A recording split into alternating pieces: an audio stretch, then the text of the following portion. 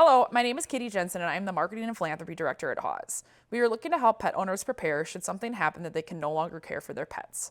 This situation can be both temporary or permanent, so consider spending time gathering information to be prepared before it is too late. First, we will share information on why it is important and what we can do to plan for your pet's future, how important the details can be, and will then be joined by Mark Hackett, Assistant Vice President and Wealth Management Banker at U.S. Bank, to help discuss monetary ways to prep for someone else to care for your animals. Haws' mission includes assuring sanctuary for animals in need. As an open admission, no-kill shelter, Haws will be there for your pets when they are in need. Haws prefers their pets stay with their people and live in an environment that they are most comfortable in. The shelter can be a scary and stressful place for some animals, so if they have somewhere else to go and someone they would be comfortable with, you should work on the steps to make the transition the easiest that it can be. With that said, Haws is always here to support your pet and pets in need through adoptions, training and enrichment, vet clinic services, youth education programs, crisis housing for pets in need, and more. You will want to start this process of planning for your pet's future by collecting information you will need to complete the pet preparedness forms that Haws has created. This set of free, downloadable forms are available for dogs, cats, small animals, and reptiles, and can be found here on our website. These forms cover basic information about the pet, feeding information, vet information, sleep schedules, training, and many other aspects of your pet's day-to-day life. Who will your pet or pets stay with? Remember, this can be used in short-term or long-term situations. That can include accidents, sickness, living situation changes, or death. If there is someone in your family or your life that you expect to take your pets, you will need to talk to them. Make sure they are comfortable with this expectation and feel that they are able to do this for you. If this person agrees, make sure you add them as a contact at your vets, groomers, and anyone else they may see or visit regularly for services. Once you have completed all of the forms, put this information in a safe but shared location for your pet's godparents. Even if the answer would be that your pets would need to be surrendered, these documents will be incredibly helpful to staff at any rescue or shelter. Haws has past owners complete a similar document to this, allowing new owners as much information as possible. This would also be a great document to leave for short-term pet sitter. The best chance for your animal's success is keeping the routine and care as similar as possible. Share all of the details. Over time, the animals can become more comfortable with new things, but they will take time to adjust. On the example of my own dog shared on the screen, you will find information about his microchip, vet visits, and special needs for medical care. This also shows he will need medication prior to any blood draws. This information will help my sister, who is my planned caregiver for my dog Carl, have everything she needs to set him up for success. This also sets up your pet's caregiver for a minimally stressful transition starting from scratch.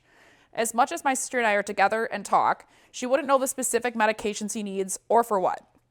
Listing Carl's likes or dislikes will ensure that she knows he should never go into a home with young children and will struggle with men and new situations. Carl's comfortable in her home and with her husband and dogs, but she may need a reminder that others can be scary to him. I have a detailed description of Carl's meals, and even if she doesn't feed him this same food forever, this should help his digestive system not create any further stress for anyone. Medical records will be attached to these documents as well for ease of transition. You can really never give someone too much information, and the more you leave, the better you will feel about the idea of your pets needing to transfer to someone else's care. Now, your head is likely spinning about all the information you need to gather, so take some time to fill out these pet preparedness sheets and discuss the idea of taking your pets with those you expect or hope will do so. Another aspect to keep in mind would also include the cost of this care. My dog needs regular visits to a vet tech and eats some pretty expensive food. Is it fair to expect the same from a caregiver? Learn more about ways you can set up monetary support from your pets from Mark. To give another example like Katie's for how we can have a plan set up for our pets, I've included an image for our cat Binks. Our situation is a little bit different because my wife and I have 2 dogs and 2 cats. Now that's a little bit of a bigger burden for someone to have to take on all of that responsibility if something were to happen to us. Also, our dogs don't get along with everyone, so someone proximity-wise might not end up being the best choice. In our situation, we have taken out the heavy lifting and difficult decision-making by coming up with a plan now so it doesn't have to be deliberated over should anything happen. Our 2 dogs would be going with my in-laws, and our 2 cats would be going with a friend of ours. My in-laws have history with our dogs, and they get along great, so it makes sense for the dogs to go with them. But then suddenly, someone going from 0 pets to 4 is a lot at one time, and we think the best outcome in the end is the pair of cats to go with somebody else to help guarantee a better forever home instead of them winding up in a shelter if it ever came to be too much for one person to handle. As you can see on the form for our cat Binks, that his feeding, health, and personality is very easy.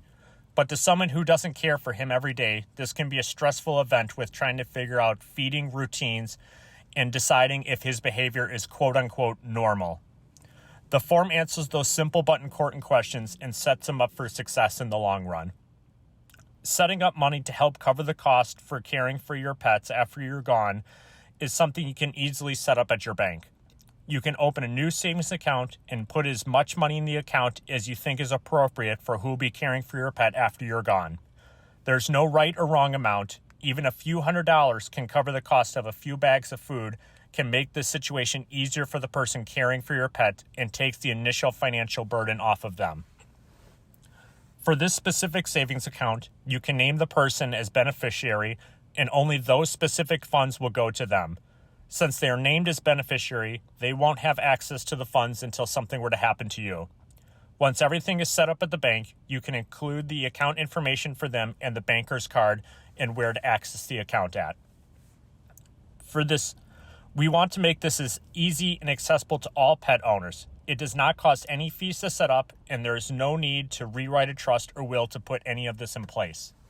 Now, you do have the option of putting together what is called a pet trust. This would involve a lawyer putting an actual trust together for the care of your pets. The advantageous part of a pet trust is that you can set up things like monthly disbursements to the person caring for your pets. You can also mandate things like regular vet care and even how much your dog will be walked in the case of something happened to you. The good part of a pet trust is that you can also designate what happens to the remaining funds inside the account once your pet is to pass. Maybe even donating to your favorite pet shelter.